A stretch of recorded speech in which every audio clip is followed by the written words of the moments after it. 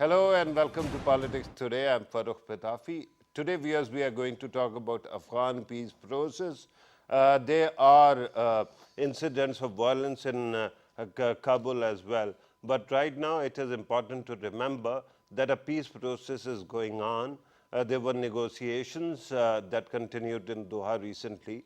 And now we have heard that the special envoy to actually broach the subject, Zalmay Khalilzad, took the agreement to show to the Afghan president as well. What exactly is going to happen in coming days, how it is going to translate into reality. Remember that despite a broader agreement, President Donald Trump of the US still has to sign off on it, and after that it will happen. Today we are going to discuss this and various aspects of this matter. In order to help us understand these issues, we are joined by an eminent panel. We are joined by Ali Sarwar Naqvi Saab, a career diplomat, former ambassador, also teaches. Thank you very much, sir, for being part of the program. Next to him is the Air Vice Marshal retired Faiz Amir Saab, a defense analyst, also a VC of University. Thank you very much, sir, for being part of the program. Ali Sarwar Naqvi Saab, I have to start with you.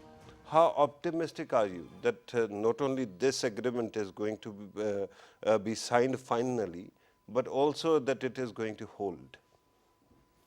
Well, these are two questions which may not necessarily be answered in yes. Yes or no? In both cases, there are certain considerations or aspects which have to be discussed. And I think the agreement has taken shape, and that in itself is quite an achievement. Right. Because this is a matter that has eluded any resolution for many, many years, let alone months or any shorter period. So, that is a good thing, and the remarkable thing that strikes me today, and when one hears of an agreement, is that Zalmay Khalilzad, who I know from way back, he used to work in Rand Corporation. Right. And when I was director of Afghanistan in the early 80s, he used to visit Pakistan and even come to my office and to other offices of the middle level people. Anyway, Zalmay Khalilzad was very optimistic from the very beginning. So there must be some reason. He is quite a shrewd person. And he was also ambassador to Kabul, US ambassador to Kabul. So he is not to be taken lightly. And he was optimistic from the very beginning. So there must have been something behind it.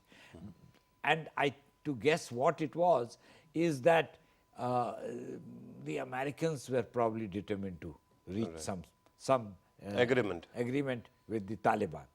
And there I think Pakistan has also played a role. We have delivered. We were required to deliver the Taliban, and we seem to have delivered. Now, the next point is, will it hold? Your second question. Yes, sir. The second question is, I think, more difficult to answer very positively, optimistically, because there are two things. One is the intra-Afghan dialogue. I mean, there are not just the Afghan government and Taliban, there are many other factions and groups, which was apparent when all of them were invited by Moscow, and they were twice in Moscow to talk about things under the supervision of the Russians. Now, it should hold, but there are many factors that could torpedo it. Right. And as we move forward in the program, we are going to examine all those factors as well. Let me bring in Air Vice Marshal Saab. So your take, what do we know about the agreement so far? Do you think it is going to hold in coming days? There has been a sense of air of urgency about these talks that have been going on. In the last 10 months, there have been 9 sessions of talks. And this was the 9th session that has brought out a draft of seemingly a draft of an agreement. Now, this must be very tiring for both sides because generally peace talks have lingered along over the years. Many years we have seen it in Vietnam and other places. Almost 2 decades. 2 decades, yeah. So the sense of urgency has forced the occupying forces to let the Taliban divide the peace process into 2 or 3 distinct parts. Right. And the first part, and it also seems that the Taliban have been intransigence, sensing a kill in these talks. And they've been intransigence about their demands that they will not talk to the Afghan government at all till the time they have an agreed timetable for the withdrawal of foreign forces. Sure. And that is what probably they have been able to achieve, and that probably was also the very essence of the US side, that they wanted to have certain kind of a withdrawal agreement prior to next November. Right. So what you see is that probably in the agreement, and what they announced today, that the Americans will withdraw 5,000 troops in 5 months from 5 bases. Okay. That's the kind of agreement that comes in. But prior to this agreement was made known, there was a statement by President Trump that at least 8,600 troops would be maintained. Right. Now, is there a clash? Is there a contradiction between the two developments? Correct. I think the draft agreement that has been leaked out, or that has been talked about in Afghanistan, is that there has been a set of conditions that after these 5,000 troops, if those set of conditions are being met by the Taliban, then a further withdrawal might take place. Right. What is more interesting is that this withdrawal agreement is only about, or the talk about the withdrawal agreement is only about the US troops, which probably number around 14,000. And if you withdraw 5,000 in another 4 months, 4 or 5 months, then they will go back to the levels of January 2017, about 9,000, under 9,000 troops. What has not been addressed in this agreement, or this part of the agreement, is the presence of the NATO troops, which are probably more than the US troops, and which are mostly non-combat troops. Okay. So that Do has. we have a number about that? There's a very varied numbers. Okay. At one place I read about 17,000. Okay. But that is not confirmed. So there is a number, anything between 10 to 17,000 NATO troops, and they are deployed in non-combat positions over there. There's no talk about their withdrawal. Though whenever the Taliban talked about foreign forces withdrawal, they talked of a total withdrawal.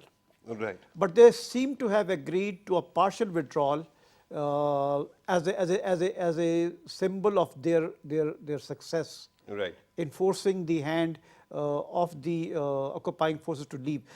The other part that has come is the increased number of attacks in various provinces, particularly Baghlan, Kunduz, Helmand. At the different places, the Taliban have increased their pressure onto the city governments. Right. So that is probably also an indicative that Taliban's in the first round, what they have said at the first round is that they are ready for intra-Afghan talks, but not with the Afghan government. Okay. So, and there lies the contradiction. And there lies a contradiction. Yeah, and we are going to address that contradiction in a bit. Let me welcome the third guest who has just joined us, Kamran Yusuf Saab, a senior journalist, also columnist, a dear friend. Thank you very much, sir, for being part of the program. Your take on the Afghan peace process? Where exactly are we at? And are you optimistic about its future? No, it's very difficult to say that one should be really optimistic because we have to see at the moment what is happening. The much talked about Afghan peace deal. This peace deal, whatever you call it, is between Afghan Taliban and the United States. There are several other players. So, and this agreement is about several others, uncountable others. Obviously, and there are two things absolutely clear. One, that of course Taliban wants withdrawal of US forces, and in return, US wants that Taliban give firm assurances that Afghan soil will never be used again in future by Al-Qaeda or any other terrorist By organization. Taliban, Al-Qaeda, does or that, everybody? everybody, at least Afghan soil should not be used again by any group against America or its allies or any other country. Do you think Taliban is in a position to assure that? No, because then it becomes a mandate which is of peacekeeping, when right? the US is publicly, or Zalmay Khalilzad is publicly saying that, so probably they believe that Taliban actually hold that card. So probably they anticipate that Taliban may have a greater role in future Afghan political dispensation, where they can have a major say. Now the problem is, does that, even if this agreement materializes, because we have to understand that Afghan US president has yet to sign that agreement. exactly. Only then we can call it an agreement. Even if that happens, does it guarantees that this will lead to peace and stability in Afghanistan? Ironically, when Zalmay Khalilzad was making this disclosure that we had this draft agreement with the Taliban, when this interview was being aired by Afghan television, at the same time Taliban bombed in Kabul, at a complex housing foreigners. So that really indicates that Afghan Taliban are not willing, at least at this moment, for any kind of a ceasefire. And even if they agree on a ceasefire, probably where US forces or foreign forces are stationed, not necessarily a blanket ceasefire. If that is the part of the agreement, this means that this will not lead to any peace and stability. But haven't you heard the story other way around? That Taliban are giving assurances that they are not going to attack the foreign deployments in Afghanistan, but they are going to continue striking at the Afghan government. We kept on hearing something of that sort last week. The whole purpose of this Afghan peace deal then becomes really meaningless. Okay, why? The whole purpose is to lay a ground for sustainable peace in Afghanistan. Internal so suppose that stability, if Taliban only gives safe passage to the US troops while carrying out attacks, this means that we will continue to face unrest, and that is a real worry. And the Pakistani officials that I have spoken to, they are also really concerned. They are not that optimistic that we are talking about. They still feel that there is a greater potential that Afghan will again slip back to the civil war once the US forces leave. So this could be the beginning of this, this Afghan peace deal that US is striking with. This could be the beginning of long, bumpy road. So I'm not that optimistic that this will... Beginning of long, bumpy road. I mean, it has been bumpy road so far. And again, past 40 years have been, for years of failure of nation building. No, but all of a sudden people feel that this deal may lead to a dramatic shift. No, it might actually, and this is the beauty of the entire thing. I have to ask you, Ambassador Saab, we have seen so many impossible, movable parts coming together. And even right now, there was a concerted effort to actually undercut the hope in the entire process. Yet we have come this far. Now the question is, are the foreign forces or the local forces going to be spoilers, or there is now a desire to build peace now in Afghanistan, all over the region? All right. See, in the first place, Farooq, the Americans want to get out in a dignified manner, but they want to leave. Secondly, peace and stability in Afghanistan is a broader issue, which will take its own time, which may still continue to elude all the parties for conceivable future. I think the Russians have the right approach, because the Russians are talking to all the Afghans, and the Afghans have willingly gone to Russia twice to Right. Moscow. So maybe they will also play a role. And China also. And China, the trilateral is again taking place. Okay. Pakistan, Afghanistan, China. Right. So the regional powers, Russia and China, also will be involved. So I think the overall picture, therefore, means A, American troops are out. B, because the Americans will be out, the NATO forces will also be phasing out, because they will not find any compulsion to Right. stay. C, the intra-Afghan dialogue and struggle for power, for control, all that will still linger on for some time. Okay. Pakistan, as I said to you before, I think we have to talk about Pakistan also in this context, Right. because Pakistan was a stakeholder.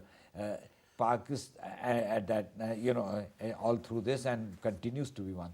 Now, Pakistan has apparently, from what one doesn't know what's happening inside, Pakistan has delivered to the extent that the Taliban have come around to agreeing to have some kind of deal. So I think we will be able to also take credit that at least this degree of settlement has been achieved. Right. But peace and stability in Afghanistan, as was being mentioned, I think peace and stability is still a long shot, and nobody knows Right. what will happen. Right. AVM sir, just to clarify, I want to understand, how do you see Afghan situation per se? Do you see it as a law and order situation, some kind of peace-related issue, or is it basically a crisis of governance as well, especially economics? Because in the past many years we have seen that Kabul doesn't have the kind of money that it needs to take care of its forces. It needs to actually carry on its business. What is your take, sir? Afghanistan today are in a post-withdrawal situation, is in the midst of a civil war, Okay. where if you go by the figures of the Taliban, there are about 25,000 odd souls that are under the Taliban control, and then there are hundreds and thousands others that are not united under the banner of Taliban. So that is one situation. So when you talk about the guarantees of peace after the withdrawal, I think this peace treaty, the peace agreement, I would say, covers three parts of the five-part final agreement. The three parts are the withdrawal of the foreign forces, Right. counter-terrorism assurances, and prisoner swap. Okay. I think they have also talked of 5,000 prisoners of the Taliban and about 500 And prisoners. future of democracy or constitution doesn't No, it doesn't fall- come in. Okay. Now that is part two. What part two has is the intra-Afghan dialogue. Right. And That starts in Europe. that shortly. starts, and that also involves the comprehensive ceasefire plan.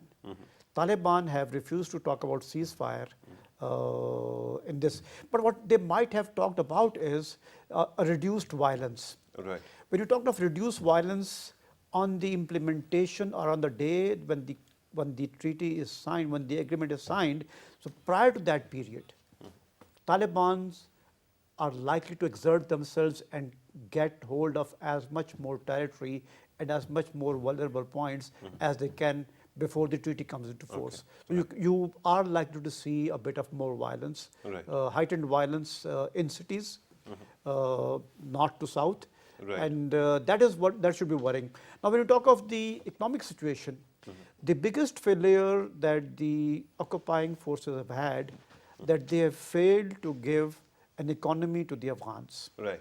There is Or they tried, but there was massive corruption on behalf of Afghans. No, I think they were. You have seen cigar no, reports, I right? think yes, but they probably they supported the corruption, the money that came, the money that flowed in was actually handed over to various warlords to keep their sympathies. Right. And that is what probably was the economy of Afghanistan for the last about couple of One decades. cigar report, when it writes about US Embassy and a hotel next to it, Yes. I mean, nobody is going to hand out that money to a warlord. There was evidently corruption within the government ranks. Within the government tracks, and how else would you buy the loyalty of warlords which are spread all over the country? Especially around Kabul. And when you talk of loss of billions, theft of billions of dollars of weapons and equipment, where has that gone? So there is corruption all around, and I think that is not a very healthy sign for times to come. Another casualty of these talks or these ongoing talks is the Afghan presidential election. Right. And that is what probably the other side, the third party, or the main party, Ashraf Ghani, President Ashraf Ghani, is very worried about. He is looking at his own five-year, one more stint in the government as president. Right. And there seems to be an agreement between the Taliban and the Americans to postpone these elections. Right. And if the elections are postponed, then Ashraf Ghani starts to lose his weight in the intra-Afghan dialogue. Actually, Ashraf Ghani is very popular, at least among the educated people in Afghanistan. I don't know how far that educated class goes. But frankly, Kamran Yusuf, last time when there were elections, they actually produced a deadlock. In the end, it was the US Secretary of State actually who had to step in. So whatever the US says will go, right? But when you were talking about the attack in Kabul, one question that came to my mind, and I remember one interpretation coming from Islamabad a few months ago, was the Taliban lack the kind of organogram that they used to have under Mullah Umar. They are more territorially spread without that kind of central authority. So whatever agreement actually takes place, it is going to take time to spread all over the territory, and that will bring a closure to the entire activities. Do you think that is going to happen? And if that happens, there is a new force emerging, that is ISIS, ISK actually. What exactly becomes of that? You're absolutely right. I think what happened in Kabul, or the increased in violence by the Taliban, there could be two reasons. Right. One reason is that Taliban are still want to talk to the US and other players from a position of strength. The other factor is that there may be certain groups within the Taliban who may not be favoring any kind of a peace deal because they feel that the victory is so near, so we don't need to strike any deal either with the Afghan government or with the US. So this could be the reason. And let me just give you an example. Recently, we have seen an attack in one of the seminaries in Kuchlak in Quetta, where the brother of the Taliban chief was killed. And my information is the target was Taliban chief was himself. Right. And that chief was negotiator. Not Taliban chief, Habatullah Khunzada. He was the target. Okay. And my information is that was an inside attack. The attack was carried out by those elements within the Taliban who was not in favor of having any kind of peace deal with the US. Okay. So that shows the challenge. And just imagine, had that attack been successful, the entire process would have scuttled. No, I just have to ask you, do you consider TTP as part of Taliban or not? No, TTP is not part of Taliban. Because I heard that it was basically TTP's activists who actually carried out the attack. TTP is not part of Taliban. No, we have ISIS. To understand, we call them the Taliban, but Taliban, because we have to understand when it comes to Afghan Taliban, they never have ambitions outside Afghanistan, though they certainly in the past maintained relations with Al-Qaeda, with Osama bin Laden, and even with the TTP. But you cannot say that TTP and Afghan Taliban are two different entities, because Afghan Taliban are what they believe they are fighting an occupation force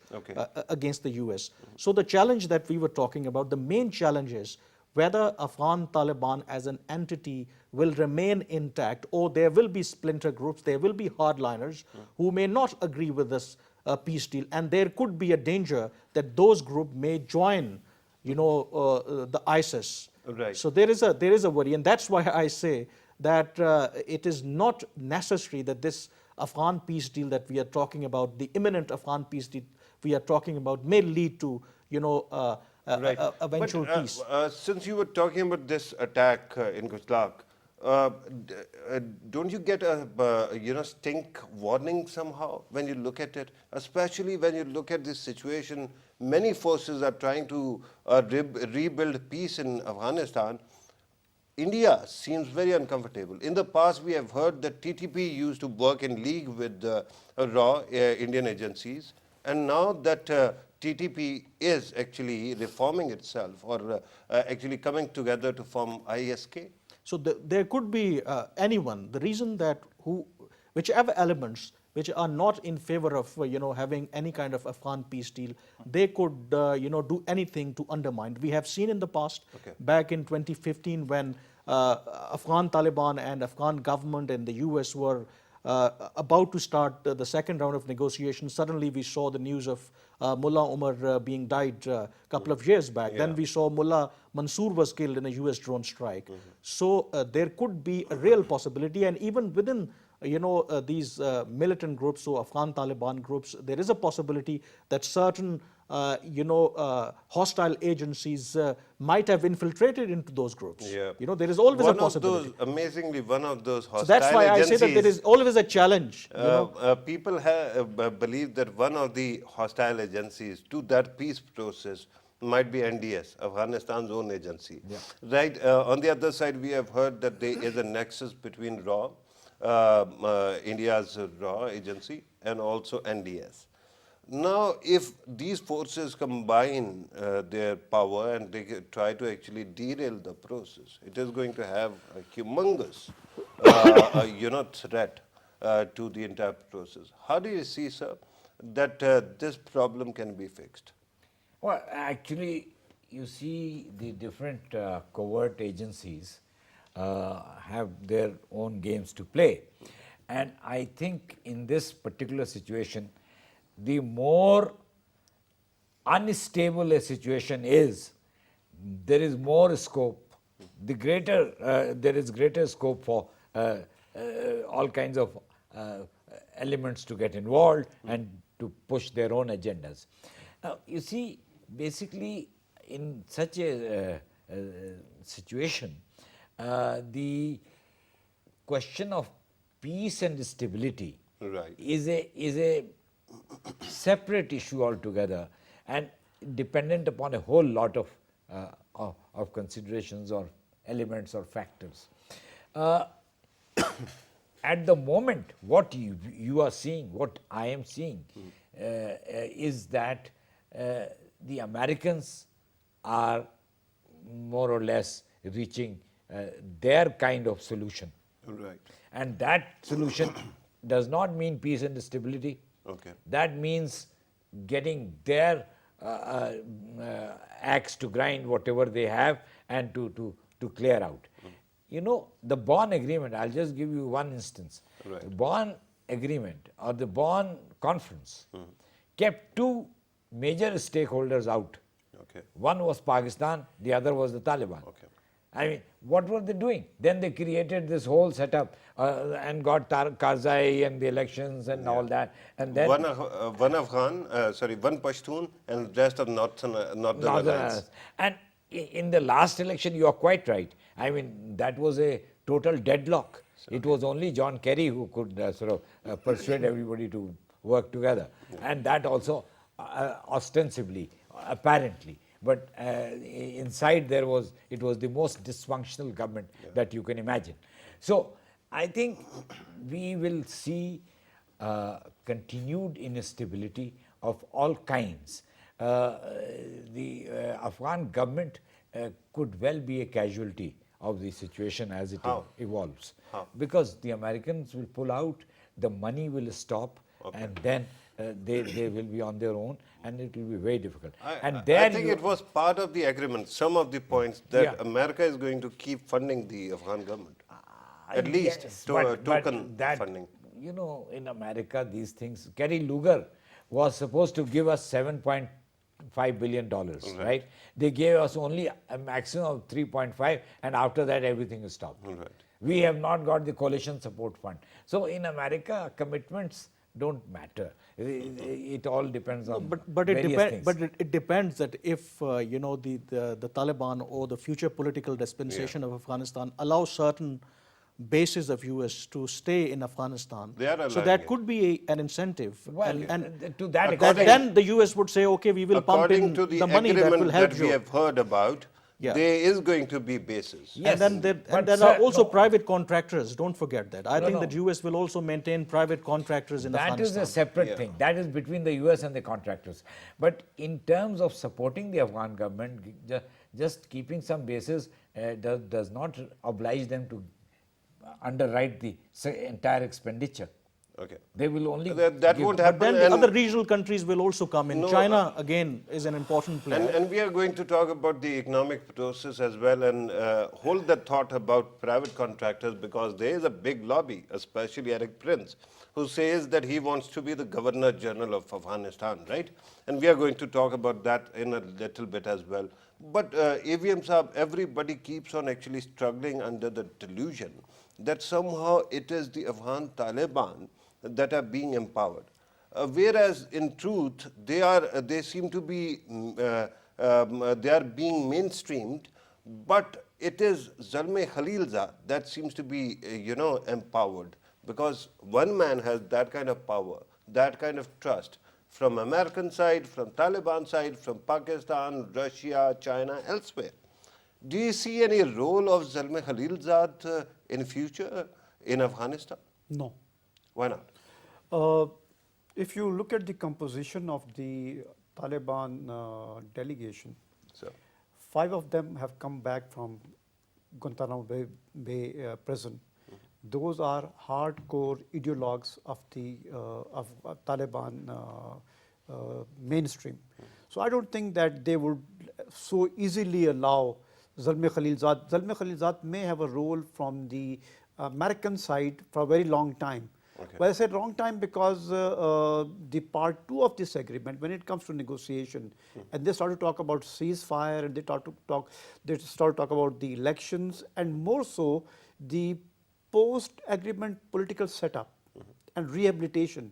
Okay. I think those are going to be very difficult subjects, and those may not be as easy as the part 1 of phase 1 of the agreement was. but the so man, in that the man who oversaw the entire thing, shouldn't he be actually in charge of it all? I think he would be from the American side. And Why not the Afghan? He is No, an Afghan. Then no, but why should the Taliban trust him? Why should the Taliban Because they are trust him? trusting him right now. No, they're not They're trusting talking to him. They're talking to him. They're And talking the to him. very same ideologues actually now complain that the future generations within Taliban are getting softer When you- and they want to watch movies and want to play video games rather No, than that actually may show hold dialogue. their fatigue, war fatigue. But you talk to your enemy in any way. It doesn't mean that you trust him as well. So they're talking to their enemy who is an American citizen and not an Afghan citizen. He may be Afghan born. No, he is an Afghan citizen also. Also, so it's a dual nationality, but he would probably prefer cling on to the American part of his citizenship, than probably come to the Afghan. What I mean is that he will not, in my view, will not have the confidence of the Taliban, who have fought for almost about 4 decades. Or maybe two decades almost this part of the war, Right. that they will not let they are looking for a kill, they are seeing a kill, and they're saying that very soon, the moment the Americans start to pull out. And in this particular agreement, Right. both parties are not reliable. Look at the American, you're smiling. That's why I said many moving No, parts, right? Yeah, the Americans, because of having pulled out of the JCPOA from Iran, have lost a kind of reliability in being a peace partner. And also their some kind of a lingering peace deal, a peace track with North Korea also proves that they are not so eager once they achieve their own ends. Probably Right. the ends that want to achieve, probably they would be over by November Yeah, but, next year. That is a good assumption if you are looking at the US as a monolith. But when you look at the divide between Democrats and Republicans, then it becomes No, a different thing. at the moment, the government in JCPOA was signed by Obama. But government in DC calls the shot. Right. At the moment, Mr. Trump calls the shot, and he is the one who pulled out. So there is, And he is not Obama. and so there's more of a proof that what Ambassador said, that the U.S. government does not feel obligated to come up to meet its obligations, Right. like they did not do in so many other instances. Right. What I'm saying is that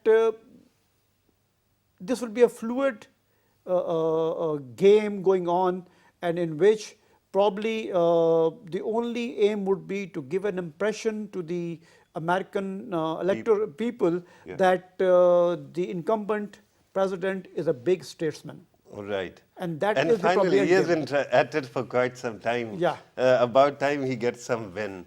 But I noticed, Kamran Yusuf, when AVM Saab was talking about Zalmay Khalilzad, you were positively beaming. Do you have any comment No, I was to not make? positively beaming. I I was saw thinking that. that there are so many already contenders in Afghanistan, to take over. It is always a power game. Okay. So by including Zalmay Khalilzad in that race will further complicate. he and at had- the end of the day, before he this is peace he process is face started, of the US. Don't forget before that. this peace process started, he had plans to run for president. Yeah. Okay, but since now he becomes a party to this negotiating process, and he was representing the US, so he is essentially now the American face. So suppose that if tomorrow he, really goes for some kind of a big role in So- Afghanistan, then people will always question that there is a Remember- conflict of interest. No, with due respect, remember, so was Hamid Karzai, so was Ashraf Ghani. I mean, before coming But to in that, power. but that was different. But in this case, obviously, it's absolutely. Then why would Taliban really? The very fact that Taliban are negotiating or negotiating with the Americans because they want the Americans' footprint to be over in Afghanistan. So by You bringing don't back think Zalmay there's, Khalilzad is not the answer. I Kamran don't think Sahab, so. Do you think that there's no war fatigue on the part of Afghan Taliban? Certainly, there will be, but then again, people say that, we were earlier talking about that why there is no economic prosperity and economic growth. We have to understand, we have to look into Afghan history as well. Right. Probably they are, they have the habit of continuing fighting the war. Probably they will not get tired of, fighting. That's the problem. I understand what you're saying when I look at the history, but I don't want to stereotype. I want to believe that there is hope for the country as well, Afghanistan, right? Regarding private contractors, are you telling us that people like Eric Prince are going to be here? Or somebody I else? don't have the details, but given the fact, that US over the last couple of decades invested so much, because other than, removing Al-Qaeda, destroying their so-called terror infrastructure, everybody knows that they have also broader strategic interests. They are here to keep an eye on the rise of China. If that was the objective, do you think that the Americans, after spending trillions of dollars, they would simply walk away from Afghanistan? But certainly they won't. They may not, hang maintain on. a visible presence. So here is the alternate. Will the US need a physical base on ground in order to keep an eye on China?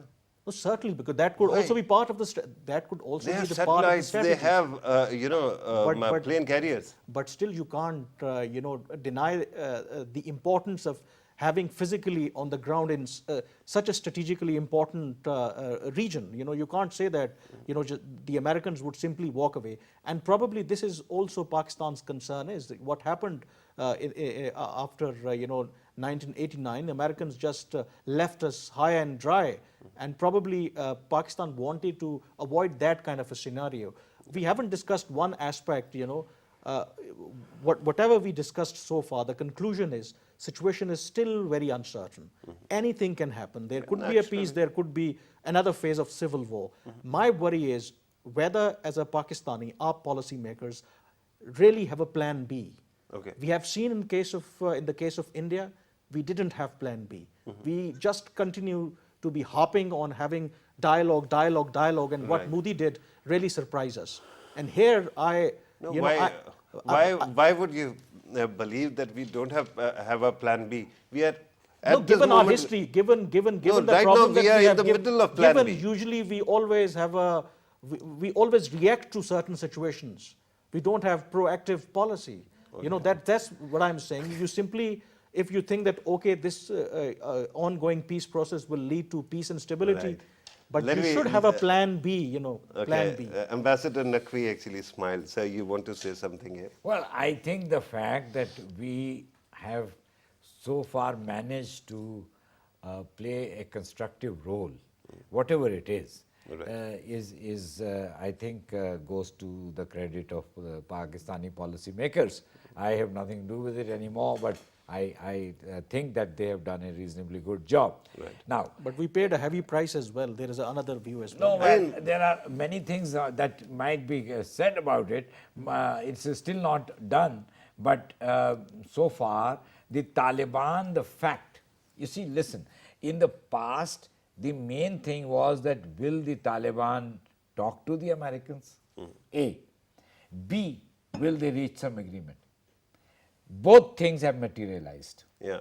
The Now- cost might be very But high, there are many it other things. I agree. I mean, I would not But be. it is I- producing I'm the not- stability. In I'm With not- respect, there is another view that if Pakistan wanted, it could have done it 10 years I earlier. love because your candor. Pakistan was I love your holding that candor. card for that no. very Kamran moment Yusuf, when Americans were really I tired. love your candor, but I'm being told that we have run short And I of have time. one more. You see, I didn't get enough time this time. No, sir, I The began other with you. point I want to make Sir. is that another contender, an important contender for eventual sort of presidency or whatever, is Hamid Karzai. Yeah.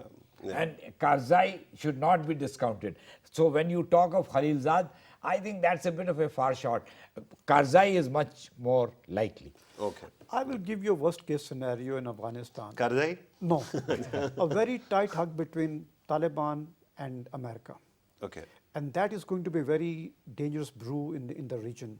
When the Americans and Taliban get on the same side, then Taliban's Get into bed. Get into bed, as the Ambassador Sahib insists. So that is the start of the troubles in the region, Right. because the Taliban's version of Islam or their extreme views would start to impact the states around Afghanistan. Okay. And that is a dangerous No, situation. but they have shown that they are capable of compromising as well, especially the agreement So that this is what I'm saying. that AP actually released earlier when Donald Trump actually came to power. It was about women working and being educated. So this is what I'm saying. When Taliban show that kind of softness, they also are capable of getting into bed with the Americans, with Mr. Trump. The only And when concern should do be the India. Daz- I'm told that we have run short of time. Kamran Yusuf, if you have a critical contribution, please do. Otherwise, I'm going to conclude. Very quickly, sir. I think if that is the case, so suppose that if Americans and Taliban come together, so that should benefit Pakistan, Okay. isn't Yeah. it? Yeah, I think so too. But let us see how things actually evolve. My concern is not that Taliban and the US come on the same side or not, or move closer. My concern is that the US and Pakistan should see their relationship for what it is. And we have worked together a lot.